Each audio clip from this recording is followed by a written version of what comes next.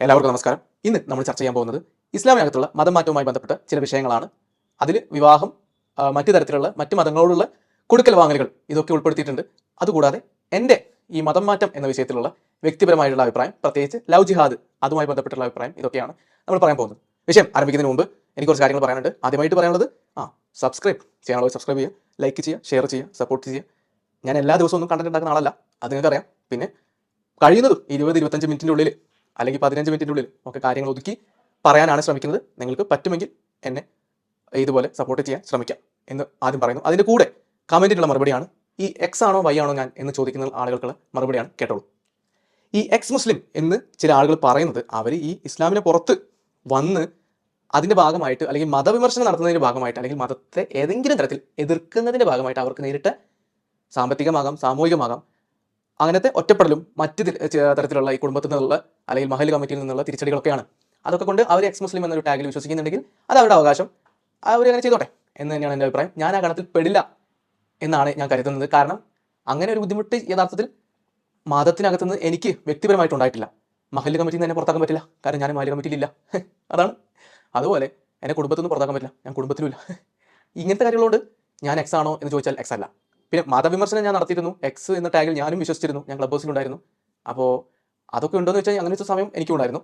എന്നാൽ എനിക്ക് ഇങ്ങനത്തെ പ്രശ്നങ്ങളൊന്നും നേരിട്ടിട്ടില്ല, മതവിശ്വാസികൾ എന്നെ ഉപദ്രവിച്ചിട്ടില്ല. നാളെ രാവിലെ ചിലപ്പോൾ കൈവെട്ടി എന്നൊക്കെ ഇരിക്കാം, എന്നാലും ഇതുവരെ ഒന്നും സംഭവിച്ചിട്ടില്ല. അപ്പോൾ ഞാൻ എക്സ് മുസ്ലിം ആണെന്ന് വെച്ച് കഴിഞ്ഞാൽ ഫലത്തിൽ അല്ല എന്ന് പറഞ്ഞ് അങ്ങനെ പറയാനാണ് എനിക്ക് താല്പര്യം.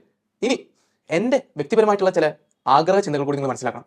അപ്പോൾ ഞാൻ ആരാണെന്ന് നിങ്ങൾ മനസ്സിലാവും, അല്ലെങ്കിൽ ഞാൻ എന്താണ് ചിന്തിക്കുന്നത് എന്നുള്ളത് ഞാൻ ഒരല്പം തുറന്ന മനസ്സോടെ നിങ്ങളോട് പറയാണ്. എങ്ങനെ ഇപ്പോൾ BJP RSS നമ്മുടെ രാജ്യം ഭരിക്കുന്ന ഈ സാഹചര്യത്തിൽ എൻ്റെ ഒരു ആഗ്രഹ ചിന്ത അല്ലെങ്കിൽ എൻ്റെ ഒരു അഭിലാഷം ഞാൻ പറയാണ്.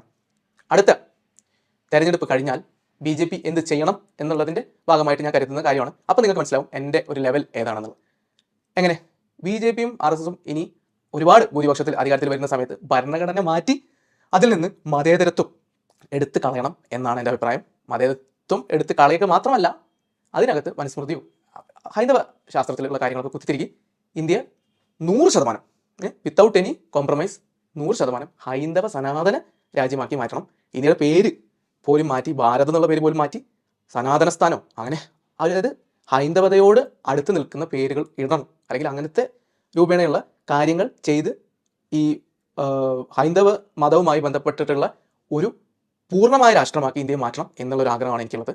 എന്ന് മാത്രമല്ല, ന്യൂനപക്ഷങ്ങൾക്ക് ഇന്ത്യയിലുള്ള അവകാശങ്ങൾ പൂർണ്ണമായിട്ട് ഇല്ലാതാക്കണം എന്നുള്ള ഒരു ചിന്ത കൂടി എനിക്കുണ്ട്. എങ്ങനെ ഹിന്ദു അല്ലാത്ത ആളുകൾക്ക് ജോലി, ഏതെങ്കിലും തരത്തിൽ പൗരനുള്ള അവകാശങ്ങൾ കൊടുക്കാൻ പാടില്ല, ഇൻക്ലൂഡിങ് പൗരത്വം, വോട്ടവകാശം, ആധാർ കാർഡ്, പാസ്പോർട്ട് എല്ലാം. ഇതൊക്കെയാണ് എൻ്റെ ആഗ്രഹങ്ങൾ. ഇത് ഇന്നത്തെ കാലത്തെ ആളുകൾക്ക് ബാധകമല്ല, കാരണം ഇന്നത്തെ നിയമം എല്ലാവരുടെയും അവകാശങ്ങൾ ഉൾക്കൊണ്ടുകൊണ്ടുള്ള നിയമമാണ്. ഫണ്ടമെന്റൽ റൈറ്റ്സ് ഉണ്ട്, അതൊക്കെ നിങ്ങൾക്കുള്ള അവകാശങ്ങൾ തന്നെയാണ്. അത് നിങ്ങളോടുള്ള വ്യക്തിവിരോധം കൊണ്ടോ എന്തെങ്കിലും പ്രശ്നം കൊണ്ടോ ഒന്നല്ല പറയുന്നത്. ഈ പറഞ്ഞതൊക്കെ എൻ്റെ മനസ്സിൽ ഉദിക്കുന്ന ആഗ്രഹങ്ങളാണ്. ഇതൊക്കെയാണ് ഞാൻ ചിന്തിക്കുന്നത്. അത് നിങ്ങൾ ആദ്യം മനസ്സിലാക്കാം, സർക്കാസം അല്ല, ഇങ്ങനെ തന്നെയാണ് ഞാൻ ചിന്തിക്കുന്നത്. കാരണം എൻ്റെ ഒരു എന്താ പറയുക സിദ്ധാന്തം എന്താണെന്ന് വെച്ച് കഴിഞ്ഞാൽ പൂർണ്ണമായ തീവ്രമായ ഹിന്ദുത്വ അല്ലെങ്കിൽ ഹിന്ദുമത ആ ഒരു പരിവേഷം രാജ്യത്തിന് സമ്പൂർണ്ണമായിട്ടുള്ള ഹൈന്ദവ സർവാധിപത്യം വന്നു കഴിഞ്ഞ് ഒരു 2000 കൊല്ലമൊക്കെ കഴിഞ്ഞിട്ട് വേണമെങ്കിൽ ഹിന്ദുക്കൾ തന്നെ തീരുമാനിച്ചിട്ട് മതേതരത്വത്തിലേക്ക് തിരിച്ചു പോകണമെങ്കിൽ അവർ പോവാം എന്നുള്ളൊരു അങ്ങനെ ഒരു അഭിപ്രായക്കാരനാണ് ഞാൻ. അപ്പോൾ ഇതിൽ നിന്ന് ഞാൻ എന്താണ് ചിന്തിക്കുന്നത് നിങ്ങൾക്ക് മനസ്സിലായി കാണും. അപ്പോൾ ഞാൻ എക്സ് മുസ്ലിം ആണെന്ന് ചോദിച്ചാൽ അല്ല എന്ന് പറയേണ്ടി വരും, കാരണം എക്സ് മുസ്ലിങ്ങൾ പൊതുവിൽ അല്പം മതേതരത്വ വിശ്വാസികളൊക്കെയാണ്. ഞാൻ മതേതരത്വത്തിൽ വിശ്വസിക്കുന്നില്ല, അല്ലെങ്കിൽ ഈ എല്ലാ മതങ്ങളെയും ഒരുപോലെ കാണണം എന്ന് പറയുന്ന BJPയുടെ തന്നെ ആളുകൾ പറയുന്ന ഈ പോസിറ്റീവ് സെക്യുലറിസത്തിലും ഞാൻ വിശ്വസിക്കുന്നില്ല. ഞാൻ വിശ്വസിക്കുന്നത് ഇതുപോലെ ഇന്ത്യ ഒരു സമ്പൂർണ്ണ മതരാജ്യമായിട്ട്, ഹൈന്ദവ മതരാജ്യമായിട്ട് മാറുകയും അതിനുശേഷം ഒരു 10-100 അല്ലെങ്കിൽ 1000 കൊല്ലം കഴിഞ്ഞിട്ട് വീണ്ടും അത് മടുത്തിട്ട് ഹിന്ദുക്കൾ തന്നെ വേണമെങ്കിൽ മതേതരത്വം വേണമെങ്കിൽ അവർക്ക് വേണമെങ്കിൽ ഭരണഘടന മാറ്റി തിരിച്ച് അങ്ങനത്തെ ഒരു കാലഘട്ടത്തിലേക്ക് പോവാം എന്നുള്ളൊരു അഭിപ്രായക്കാരനാണ്. അതിൻ്റെ കൂടെ ഞാൻ പറഞ്ഞോട്ടെ, ഞാൻ ഈശ്വര വിശ്വാസമൊന്നുമല്ല, നിരീശ്വരവാദിയാണ്. എനിക്ക് ഈശ്വര വിശ്വാസത്തിലോ അല്ലെങ്കിൽ ഹൈന്ദവ ധർമ്മങ്ങളിലെ വിശ്വാസത്തിലോ പുരാണങ്ങളിലോ അതിലൊന്നും ഒരു വിശ്വാസമോ അല്ലെങ്കിൽ അങ്ങനത്തെ ഏതെങ്കിലും ആചാരവും അനുഷ്ഠിക്കുന്ന ആളല്ല. ഞാനിത് പറയാൻ കാരണം ഇങ്ങനെ ഒരു രാഷ്ട്രീയപരമായിട്ടുള്ള മാറ്റം ഒരു പക്ഷേ മറ്റ് മതക്കാരെ ഹൈന്ദവ മതത്തിലേക്ക് കൊണ്ടുവരാൻ അല്ലെങ്കിൽ ഇന്ത്യയിൽ മൊത്തം ഹിന്ദുക്കളാവാനുള്ള ഒരു ചാൻസ് ഉണ്ട് ഇത് വെച്ചിട്ട്. അപ്പോൾ നമ്മൾ അടിച്ചേൽപ്പിക്കലാണ് നിയമങ്ങളൊക്കെ. അപ്പോൾ നിങ്ങൾ ഇങ്ങനെ ഒരു ഭരണഘടനയിലുള്ള മാറ്റങ്ങൾ കൊണ്ടുവരുമ്പോൾ അതിൻ്റെ ഭാഗമായിട്ട് മറ്റു മതങ്ങൾ അവർക്കുള്ള അഡ്വാൻറ്റേജ് അല്ലെങ്കിൽ അവർക്കുള്ള കുറേ അവകാശങ്ങൾ ഇല്ലാതാകുന്നതോടുകൂടി ഹിന്ദു മതത്തിലേക്ക് അവർ ഓട്ടോമാറ്റിക്കായിട്ട് വരാൻ സാധ്യതയുണ്ട് എന്ന് വിശ്വസിക്കുന്ന ആളാണ്.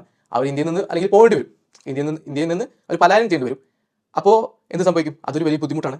അവർക്ക് ഭൗതികമായിട്ട് ഒരുപാട് നഷ്ടങ്ങൾ വരും. അതിൻ്റെ ഭാഗമായിട്ട് അവർ ഇങ്ങനൊരു റിസ്ക് എടുത്തുകൊണ്ട് മതം മാറി ഹിന്ദു മതത്തിലേക്ക് വരാൻ ചാൻസ് ഉണ്ട്. അതിൻ്റെ ഒരു ഗുണം ചിലപ്പോൾ എല്ലാവർക്കും കിട്ടാൻ സാധ്യതയുണ്ട്. രാഷ്ട്രത്തിൻ്റെ അഖണ്ഡതയ്ക്ക് ഗുണമുള്ള കാര്യമായതുകൊണ്ട്, അല്ലെങ്കിൽ രാഷ്ട്രം എന്ന നിലയിൽ ഇന്ത്യക്ക് മുന്നോട്ട് പോകാൻ ഗുണമുള്ളൊരു കാര്യമായതുകൊണ്ട് പറയുന്നതാണ്. അല്ലാതെ എനിക്ക് ഏതെങ്കിലും മതത്തിൽ വിശ്വാസമുള്ളതുകൊണ്ട് പറയുന്നതല്ല. പക്ഷേ ഞാൻ ഇങ്ങനെ തന്നെയാണ് ചിന്തിക്കുന്നത്. തീവ്ര ഹിന്ദുത്വവാദികൾ ചിന്തിക്കുന്ന അതേപോലെ തന്നെയാണ് ചിന്തിക്കുന്നത്. പക്ഷേ ഹൈന്ദവ മതത്തിലൊന്നും വിശ്വാസമുള്ളതുകൊണ്ടല്ല. എന്നാൽ ഇതുകൊണ്ട് മറ്റു മതക്കാർക്ക് കോട്ടം തട്ടും, അവർ ഹിന്ദുക്കളാകും എന്നുള്ള ഒരു കാര്യം അവിടെ നിലനിൽക്കുന്നുണ്ട്. അങ്ങനെ ആ ഒരു പ്രിമൈസിലാണ് ഞാനിത് പറയുന്നത്. ആരോടുള്ള വ്യക്തിവിരോധമൊന്നുമല്ല, അല്ലെങ്കിൽ നിങ്ങളുടെ മതത്തോടുള്ള എന്തെങ്കിലും വൈരാഗ്യം കൊണ്ട് പറയുന്നതല്ല. പക്ഷേ ഇന്ത്യ പൂർണ്ണമായിട്ട് എന്താ പറയുക, ഹിന്ദുഫിക്കേഷൻ എന്നാണ് ഞാനിത് പറയുന്നത്. ഒരു ഉദാഹരണം പറഞ്ഞാൽ കേരളത്തിൽ, മലപ്പുറത്ത്, തമിഴ്നാട്ടിൽ, ആന്ധ്രയിൽ, എല്ലാ സംസ്ഥാനങ്ങളും, പ്രത്യേകിച്ച് ബംഗാൾ, കേരളം, കശ്മീർ, ഇവിടെയൊക്കെ എഡിറ്റിംഗ് നടത്തി, ഡെമോഗ്രഫിക്കൽ എഡിറ്റിംഗ് നടത്തിയിട്ട് അവിടെ ഹിന്ദുക്കളെ കൊണ്ട് പാർപ്പിക്കുക. ഹിന്ദു ഭൂരിപക്ഷം 95 മുതൽ മുകളിലോട്ടുള്ള ശതമാനക്കണക്കിന് ഹിന്ദുക്കൾ എല്ലാ താലൂക്കിലും, പഞ്ചായത്തിലും, വാർഡിലും ഉണ്ടാകണം എന്നാണ് എൻ്റെ ആഗ്രഹം. വീണ്ടും നിങ്ങളുടെ മതത്തോടോ നിങ്ങളുടെ ആളുകളോടോ എന്തെങ്കിലും വൈരാഗ്യങ്ങളോട് പറയുന്നതല്ല. പക്ഷേ ആഗ്രഹത്തിന് പരിധിയൊന്നുമില്ല. മനപ്പായസത്തിൽ ഈത്തപ്പഴം കൂടിയാലും കുഴപ്പമില്ലല്ലോ. ഇത് ഞാൻ സർക്കാസം പറയുന്നല്ല, ഇത് തന്നെയാണ് എൻ്റെ ആഗ്രഹം. ഭരണഘടന BJP മാറ്റണം എന്ന് തന്നെയാണ് എൻ്റെ ആഗ്രഹം. പക്ഷേ ഒരു കാര്യം കൂടി ഞാനിവിടെ സൂചിപ്പിച്ചോട്ടെ, BJP മാറ്റില്ല. അവർ മുസ്ലിം പ്രീണനവാദികൾ തന്നെയാണ്. ഒരു തരത്തിൽ പറഞ്ഞു കഴിഞ്ഞാൽ അവരിൽ പലതരം എന്താ പറയുക, അഴകുഴമ്പൻ ഹിന്ദുത്വവാദികളുണ്ട്. പലപ്പോഴും ഇപ്പോൾ എൻ്റെ ഒരു വ്യക്തിപരമായ അഭിപ്രായത്തിൽ അവരിലുള്ള എൻ്റെ പ്രതീക്ഷ നഷ്ടപ്പെട്ടു എന്ന് തന്നെ പറയാം. അവർ ഈ ഭരണഘടന മാറ്റുന്നതിൽ പോലും അവർക്ക് പ്രത്യേകിച്ച് ഉത്സാഹമൊന്നുമില്ല. അത് തന്നെയാണ് ഞാൻ RSSൻ്റെ ഒക്കെ ഇപ്പോഴുള്ള മോഹൻ ഭാഗവത്തിൻ്റെ ആവട്ടെ പലരുടെ പ്രസംഗങ്ങളിൽ പോലും അവർ കാര്യങ്ങൾ മയപ്പെടുത്തുന്ന രീതിയിലേക്കാണ് മുന്നോട്ട് പോകുന്നത്. അത് എന്നെ സംബന്ധിച്ചോളം വലിയൊരു നിരാശയാണ്. എന്നാലും ഞാൻ എൻ്റെ വ്യക്തിപരമായിട്ടുള്ള ആഗ്രഹങ്ങളെക്കുറിച്ച് നിങ്ങൾക്ക്, അല്ലെങ്കിൽ നിങ്ങളുമായിട്ടൊരു തുറന്ന ഒരു സംസാരം അതായിരുന്നു ഇതുവരെ നടന്നത്. നിങ്ങൾക്ക് ഇതിലോട്ടുള്ള അഭിപ്രായ വ്യത്യാസം ഉണ്ടെങ്കിൽ നിങ്ങൾ കമൻറ്റിൽ രേഖപ്പെടുത്തുക. എന്തായാലും ഞാൻ വിഷയത്തിലേക്ക് കടക്കുകയാണ്. എന്താണ് ഞാൻ എന്നുള്ളത് ഇപ്പോൾ നിങ്ങൾക്ക് മനസ്സിലായി കാണും എന്ന് വിചാരിക്കും. ആദ്യത്തെ ചോദ്യം ഞാൻ അഡ്രസ്സ് ചെയ്യുന്നത് ഈ പഴം മാറ്റ, മതം മാറ്റ ജിഹാദ് അഥവാ നമ്മൾ ഈ പറയുന്ന ലവ് ജിഹാദ് ഇത് ഉണ്ടോ എന്നുള്ളത്. ക്രിസ്ത്യൻ ഹിന്ദു പെൺകുട്ടികളെ ടാർഗറ്റ് ചെയ്തുകൊണ്ട് കേരളത്തിൽ നടക്കുന്ന, അല്ലെങ്കിൽ മറ്റു മതക്കാരിലെ പെൺകുട്ടികളെ, സ്ത്രീകളെ ടാർഗറ്റ് ചെയ്തുകൊണ്ട് നടക്കുന്ന മതം മാറ്റം ഇസ്ലാമിലേക്ക് ഉണ്ടോ എന്നുള്ളതാണെങ്കിൽ ആ ചോദ്യത്തിൻ്റെ ഉത്തരം ഉണ്ട് എന്നുള്ളത് തന്നെയാണ്. ഇത് ഇന്ത്യയിലും കേരളത്തിലും മാത്രം നടക്കുന്ന കാര്യമല്ല, ലോകം മൊത്തം നടക്കുന്ന കാര്യമാണ് എന്നുള്ളത് കൂടി ഞാൻ സൂചിപ്പിക്കുകയാണ്. എന്താണ് ക്രിസ്ത്യൻ ഹിന്ദു പെൺകുട്ടികളെ ടാർഗറ്റ് ചെയ്തുകൊണ്ട് ഇസ്ലാമിലേക്ക് കൊണ്ടുവരുന്ന ആ മതം മാറ്റ ജിഹാദിന്റെ പ്രധാനപ്പെട്ട ഇസ്ലാമിനുള്ള ഗുണം, അല്ലെങ്കിൽ ഇസ്ലാമിസ്റ്റുകൾ അല്ലെങ്കിൽ മുസ്ലിം വിഭാഗത്തിലുള്ള ആൾക്കാർ എന്തുകൊണ്ട് ഇത് ചെയ്യുന്നു എന്നുള്ളതാണ്. അതിലെ ഒരു പ്രധാനപ്പെട്ട കാര്യം എന്താണെന്ന് വെച്ച് കഴിഞ്ഞാൽ, ഇസ്ലാമിലേക്ക് നിങ്ങൾ ഒരാളെ കൊണ്ടുവന്നു കഴിഞ്ഞാൽ നിങ്ങൾക്ക് കൂലിയുണ്ട് എന്നാണ് മതപണ്ഡിതന്മാർ പൊതുവെ പറയുന്നത്. അതൊരു കാര്യമാണ്. ഇനി രണ്ടാമത്തെ കാര്യം എന്ന് വെച്ച് കഴിഞ്ഞാൽ, ഒരു പെൺകുട്ടിയെ ആണ് നിങ്ങൾ പ്രത്യേകമായിട്ട് കൊണ്ടുവരുന്നതെങ്കിൽ അവരുടെ ഈ മതമാറ്റം നിങ്ങൾക്ക് ഒരു വിഷയമായി ഉയർത്തി കാണിച്ച് ആ മതത്തിലെ ആളുകളെ വീണ്ടും ഇങ്ങോട്ട് വിളിക്കാൻ പറ്റും എന്ന് മാത്രമല്ല, മറ്റു മതങ്ങൾക്കിടയിൽ ഇതൊരു വിഷയമായിട്ട് കാണിച്ച്, അല്ലെങ്കിൽ ആ പെൺകുട്ടിയുടെ പ്രസംഗമോ അല്ലെങ്കിൽ ആ പെൺകുട്ടി കൊണ്ട് സംസാരിപ്പിച്ചിട്ട് അത് വെച്ചൊരു ക്യാമ്പയിൻ നടത്തി നമ്മുടെ സ്വന്തം മതത്തെ പൊക്കി കാണിക്കാൻ പറ്റും. ഇതാണ് മറ്റൊരു വിഷയം. ഇനിയുള്ളത്, ഇങ്ങനെ കൂടുതൽ ആളുകൾ ഇങ്ങോട്ട് വരുന്ന സമയത്ത്, അല്ലെങ്കിൽ ഒരു പെൺകുട്ടിയെ മതം മാറ്റുന്ന സമയത്ത് ആ പെൺകുട്ടിയുടെ കുടുംബം ഒരുപക്ഷെ മതം മാറാനുള്ള ചാൻസ് ഉണ്ട്. അല്ലെങ്കിൽ ആൺകുട്ടിയാണ് കൊണ്ടുവരുന്നതെങ്കിൽ ആൺകുട്ടിയുടെ കുടുംബവും മതം മാറാനുള്ള ചാൻസ് ഉണ്ട്. അപ്പോൾ ആളെ കൂട്ടുക എന്നൊരു പരിപാടി കൂടി ഇവിടെ ഉണ്ട്. പക്ഷേ എന്നാലും ഞാൻ പറയുന്നു, ഈ ജനസംഖ്യ കൂട്ടുന്നതുമായി ബന്ധപ്പെട്ട് ഇസ്ലാമിനകത്ത് മതമാറ്റത്തിൻ്റെ ആവശ്യമില്ല. അറിയാലോ, ഞങ്ങൾ ആ സാധനം ഇടാറില്ല, അതുകൊണ്ട് തന്നെ അതിൻ്റെ ആവശ്യമില്ല. പക്ഷേ അതും ഇതിലൊരു മോട്ടീവാണ് എന്ന് തന്നെയാണ് എനിക്ക് പറയാനുള്ളത്. ഈ മതമാറ്റ ജിഹാദ്, പഴം ജിഹാദ് അല്ലെങ്കിൽ ലവ് ജിഹാദൊക്കെ തെളിയിക്കാൻ പറ്റുമോ? പറ്റില്ല എന്നുള്ളത് തന്നെയാണ് എൻ്റെ അഭിപ്രായം. കാരണം ഈ തെളിയിക്കുന്നത് ആരുടെ മുന്നിലാണെന്നുള്ളതാണ്. നമ്മളിപ്പോൾ കോടതിയുടെ മുന്നിൽ തെളിയിക്കണമെങ്കിൽ, അല്ലെങ്കിൽ ഒരു ഭരണകൂടത്തിൻ്റെ മുന്നിൽ ഇത് പറയണമെങ്കിൽ അവർക്ക് നമ്മൾ തെളിവുകൾ കൊടുക്കണം. ഈ മതം മാറി വരുന്ന ആൾ തന്നെ പറയാണ് ഞാൻ സ്വമേധയാ മതം മാറി എന്ന് പറഞ്ഞു കഴിഞ്ഞാൽ പിന്നെ നമുക്ക് അതിൻ്റെ മുകളിൽ അവരെ ചോദ്യം ചെയ്യാനുള്ള കുറേ തടസ്സങ്ങൾ ഉണ്ട്. നമ്മുടെ ഇന്നത്തെ സാഹചര്യത്തിൽ നിയമത്തിലൊക്കെ അങ്ങനത്തെ പ്രശ്നങ്ങളുണ്ട്. അതിന് പ്രധാനമായിട്ട് നമുക്ക് ചെയ്യാൻ പറ്റുന്ന ഒരു പ്രതിവിധി നിയമം മാറ്റുക എന്നുള്ളതാണ്. അത് ചെയ്യുന്നത് വരെ നമുക്ക് വേറെ മാർഗ്ഗങ്ങളില്ല. അവ തെളിയിക്കുക എന്നുള്ളത് ബുദ്ധിമുട്ടാണ്. കോടതി പറയാണ്, NIA തന്നെ പറയാണ്, അല്ലെങ്കിൽ CBI പറയാണ് മതമാറ്റ ജിഹാദില്ല, ലവ് ജിഹാദില്ല എന്ന് പറഞ്ഞാലും ആ ലവ് ജിഹാദ് എന്നുള്ളതിൻ്റെ അർത്ഥത്തിൽ, അല്ലെങ്കിൽ അതിൻ്റെ ആ ഒരു ഇൻറ്റൻറ്റ് ഉൾക്കൊണ്ടുകൊണ്ട് പറയുകയാണെങ്കിൽ ഞാൻ വ്യക്തിപരമായിട്ട് അതുണ്ട് എന്ന് തന്നെയാണ് വിശ്വസിക്കുന്നത്. പക്ഷേ അത് നമുക്ക് ഇതുപോലെ സാങ്കേതികമായിട്ട് തെളിയിക്കാൻ പറ്റില്ല എന്നുള്ള ഒരു അഭിപ്രായം കൂടി ഞാനിപ്പോഴേ പറയണം. ഇനിയൊരു ചോദ്യം ഞാൻ ഉത്തരം നൽകാൻ ആഗ്രഹിക്കുന്നത്, ഈ ആൺകുട്ടികളെയും പെൺകുട്ടികളെയും ഒരുപോലെയാണോ മതം മാറ്റുന്നത് എന്ന് ചോദിച്ചു കഴിഞ്ഞാൽ അല്ല എന്ന് തന്നെ പറയേണ്ടി വരും. അതിനൊരു പ്രധാനപ്പെട്ട കാരണം, അത് നിങ്ങൾക്ക് ഒരുപക്ഷെ അറിയുമായിരിക്കും. നമ്മളിപ്പോൾ ഫെമിനിസം പറഞ്ഞിട്ടൊന്നും കാര്യമില്ല. സ്ത്രീകൾക്ക് പ്രത്യേകിച്ച് പ്രേമം അല്ലെങ്കിൽ വിവാഹവുമായി ബന്ധപ്പെട്ടിട്ടൊക്കെ ഇപ്പോഴും നമ്മുടെ സമൂഹത്തിൽ കുറേ തെറ്റിദ്ധാരണകളുണ്ട്. അവർ പെട്ടെന്ന് അവരെ പറ്റിക്കാൻ പറ്റും എന്നുള്ള ഒരു വിഷയം അവിടെ ഉണ്ട്. അത് നമ്മൾ നിയമത്തിൽ കൊണ്ടുവരാൻ പറ്റില്ല. കാരണം അപ്പോൾ നമ്മൾ അത് ലിംഗനീതിക്ക് വിരുദ്ധമായിരിക്കും. അപ്പോൾ നമ്മളിപ്പോൾ പറയാണ് ഈ പെണ്ണുങ്ങൾക്ക് വിവരമില്ല എന്ന് പറഞ്ഞു കഴിഞ്ഞാൽ അത് നിയമപരമായിട്ട് തെറ്റാണ്. അത് നിങ്ങൾ സ്ത്രീകളെ വിവേചന ബുദ്ധിയോടെ കാണുന്നു എന്നുള്ളതിൻ്റെ തെളിവാണ്. അവിടെ ഒരു പ്രശ്നമുള്ളതുകൊണ്ട് തന്നെ നമ്മൾക്കൊരിക്കലും ഇത് നിയമത്തിൽ കൊണ്ടുവരാൻ പറ്റില്ല. അതായത് പെണ്ണുങ്ങൾ മതം മാറുമ്പോൾ മാത്രം പ്രത്യേകമായിട്ട് ഇടപെടുക എന്നുള്ളത് അത് ഒരു പ്രശ്നമായിട്ട് അവിടെ അല്ലെങ്കിൽ തടസ്സമായിട്ട് അവർ വരും. എന്നാൽ ആൺകുട്ടികളെ മതം മാറ്റുന്നത് പോലെയല്ല പെൺകുട്ടികൾ മതം മാറ്റുന്നത്. പലപ്പോഴും വിവാഹം, പ്രേമം അത് തന്നെയാണ്. അത് നല്ലൊരു ടൂളാണ്. ഈ ടൂള് ഉപയോഗപ്രദമാണ്. ഇതുകൊണ്ട് നമുക്ക് നേട്ടമുണ്ട് എന്ന് തിരിച്ചറിഞ്ഞിട്ട് തന്നെയാണ് ഈ മതം മാറ്റം നടത്തുന്ന ആളുകൾ ഇതൊക്കെ ചെയ്യുന്നത്. അല്ലാതെ അവർ ഈ പെൺകുട്ടികളെ മാത്രം ടാർഗറ്റ് ചെയ്യാൻ വേണ്ടി തുടങ്ങിയ പണിയല്ല. എല്ലാവരും മതം മാറ്റണം എന്നുള്ള ഉദ്ദേശം തന്നെയാണ്. കാരണം അവർക്ക് ആണുങ്ങൾ വന്നത് വിളിക്കും ഇല്ലല്ലോ. പക്ഷേ ഈ പെൺകുട്ടികളെ കിട്ടാൻ ഈസിയാണ് എന്നുള്ളതാണ്. അതെങ്ങനെയൊക്കെ ആയിരിക്കാം? ഈ പെൺകുട്ടിയുടെ കൂട്ടുകാരി ഒരു തട്ടവിട്ട പെണ്ണാണെങ്കിൽ ആ വഴിയിലൂടെ ആകാം. ഇതിന് നിയമവിരുദ്ധതയൊന്നുമില്ല. അതാണ് പ്രശ്നം. ഇന്ത്യയിൽ ഇങ്ങനെ മതം മാറ്റുന്നതിന് നിയമവിരുദ്ധമായിട്ട് അവിടെ നമുക്ക് കേസ് കൊടുക്കാനുള്ള കുറേ സാങ്കേതിക തടസ്സങ്ങളുണ്ട്. കാരണം മതപ്രചരണം നടത്തുന്നത് ഇന്ത്യയിൽ ഒരു അവകാശമാണ്. അപ്പോൾ ആ കുട്ടിക്ക് പറയാം, ഞാൻ എൻ്റെ കൂട്ടുകാരിയോട് എൻ്റെ മതത്തെക്കുറിച്ച് പറഞ്ഞേ ഉള്ളൂ എന്ന് പറഞ്ഞു കഴിഞ്ഞാൽ ആ കുട്ടി സേഫാണ്.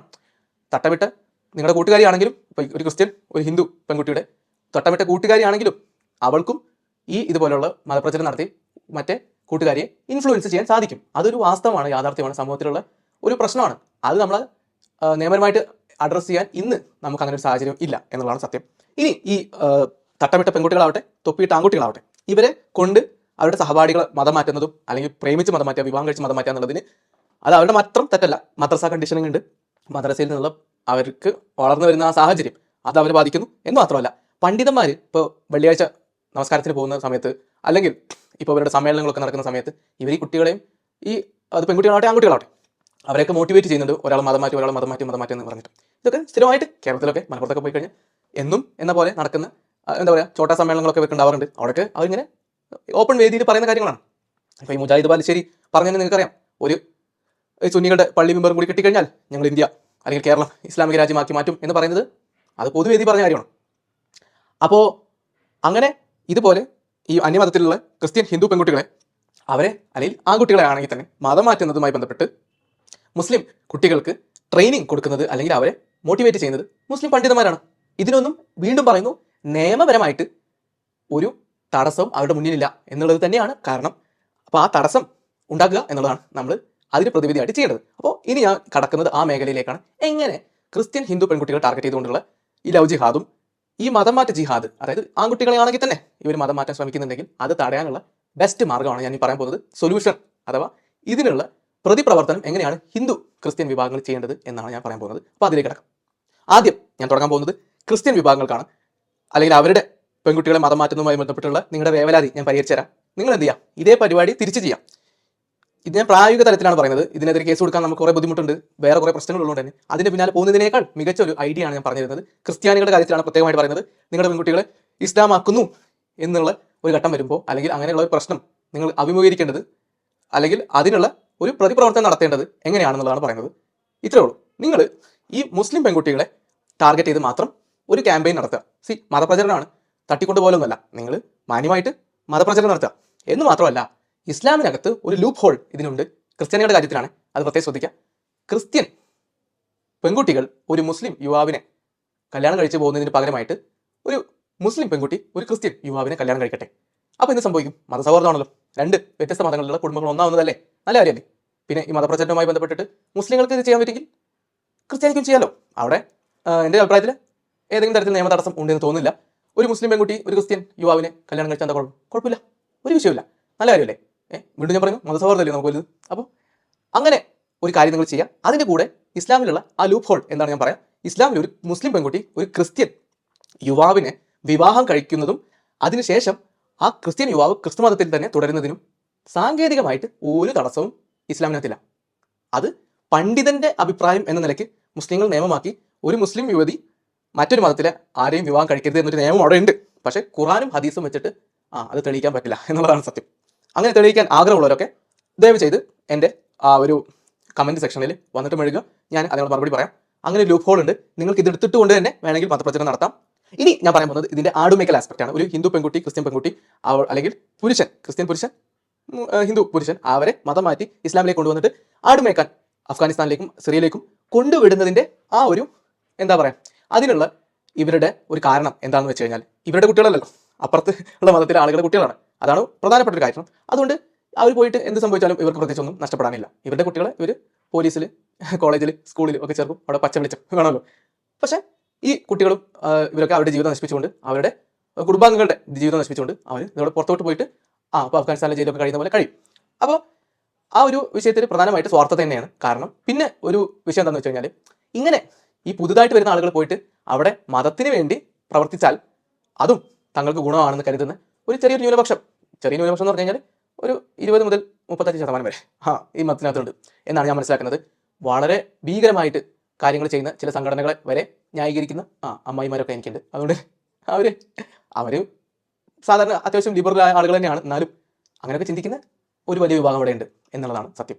അപ്പോൾ അത് കണക്കിലെടുത്തുകൊണ്ട് സ്വാർത്ഥത പ്ലസ് മതത്തിന് ഗുണമുണ്ടല്ലോ, ഈ മതത്തിൻ്റെ പേരിൽ അവിടെ പോയിട്ട് രണ്ടെണ്ണത്തിനെ തട്ടിയാൽ എന്താ മതത്തിന് ഗുണമുണ്ടെന്ന് വിശ്വസിക്കുന്ന ആളുകളുടെ ഉണ്ട്, അതും ഒരു കാരണമാണ്. പിന്നെ ഉള്ളൊരു കാരണം എന്താണെന്ന് വെച്ച് കഴിഞ്ഞാൽ, ഇതുപോലെ ഈ ആളുകൾ പുറത്തോട്ട് പോവുകയും അല്ലെങ്കിൽ ആളുകൾ ഇവിടുന്ന് ഈ ആട് മേക്കാൻ പോവുകയും ചെയ്യുന്ന സമയത്ത് അത് കണ്ടിട്ട് മത തീവ്രത വർദ്ധിപ്പിക്കാം, അല്ലെങ്കിൽ അത് തന്നെയാണ് യഥാർത്ഥ ഇസ്ലാം എന്ന് കാണിക്കാൻ, സ്വന്തം മതക്കാരെ കാണിക്കാൻ പറ്റുന്ന അല്ലെങ്കിൽ അങ്ങനെ കരുതുന്ന ഒരു തീവ്ര വിഭാഗം ഈ മതത്തിനകത്തുണ്ട്. ഈ കേരളത്തിൽ ജീവിക്കലല്ല, മനസ്സിലാക്കുക, കേരളത്തിൽ ഇസ്ലാം അല്ലെങ്കിൽ ഈ മുസ്ലിമായി തുടരലല്ല നമ്മൾ ചെയ്യേണ്ടത്. പക്ഷേ നമ്മൾ മരുഭൂമിയിൽ പോയി മുസ്ലിമായി ജീവിക്കുന്നതാണ് നല്ലത് എന്ന് കരുതുന്ന ചില ചിന്താഗതിയുള്ള ആളുകൾ ഇവിടെയുണ്ട്. പക്ഷെ അവരുടെ പ്രവർത്തനം യഥാർത്ഥത്തിൽ ഇവിടെ മുസ്ലിങ്ങൾക്ക് അത്ര അഡ്വാൻറ്റേജസ് അല്ല, എപ്പോഴും അവരെ സംശയിക്കുന്ന തരത്തിലേക്കാണ് കാര്യങ്ങൾ പോവുക. എന്നാലും അങ്ങനെ ഒരു കാരണം കൂടി ഇതിനകത്തുണ്ട്. അവർ തന്നെയാണ് ഈ ആടുമേക്കൽ അതിനുവേണ്ടി പെൺകുട്ടികളെയും ആൺകുട്ടികളെയും മതം മാറ്റുന്നതിൽ പ്രധാനമായിട്ട് മുൻനിരയിലുള്ളത്. മറ്റുള്ളവർ അറിയാലോ, ബാക്കിലിരുന്ന് കൈയടിക്കൽ മാത്രമാണ് അവരുടെ ഒരു പരിപാടി. പക്ഷേ അവർക്ക് കൂടി പണി കിട്ടുന്ന രീതിയിലാണ് ഈ മുന്നിലുള്ളവർ ചെയ്തുകൊണ്ടിരിക്കുന്നത് എന്നുള്ളതാണ്. ഇതൊക്കെയാണ് എനിക്ക് പറയാനുണ്ടായിരുന്നത്. നിങ്ങളുടെ അഭിപ്രായം ചിലപ്പോൾ വ്യത്യസ്തമായിരിക്കാം. നിങ്ങൾക്ക് നിങ്ങളുടെ അഭിപ്രായം കമൻറ്റിൽ രേഖപ്പെടുത്താം.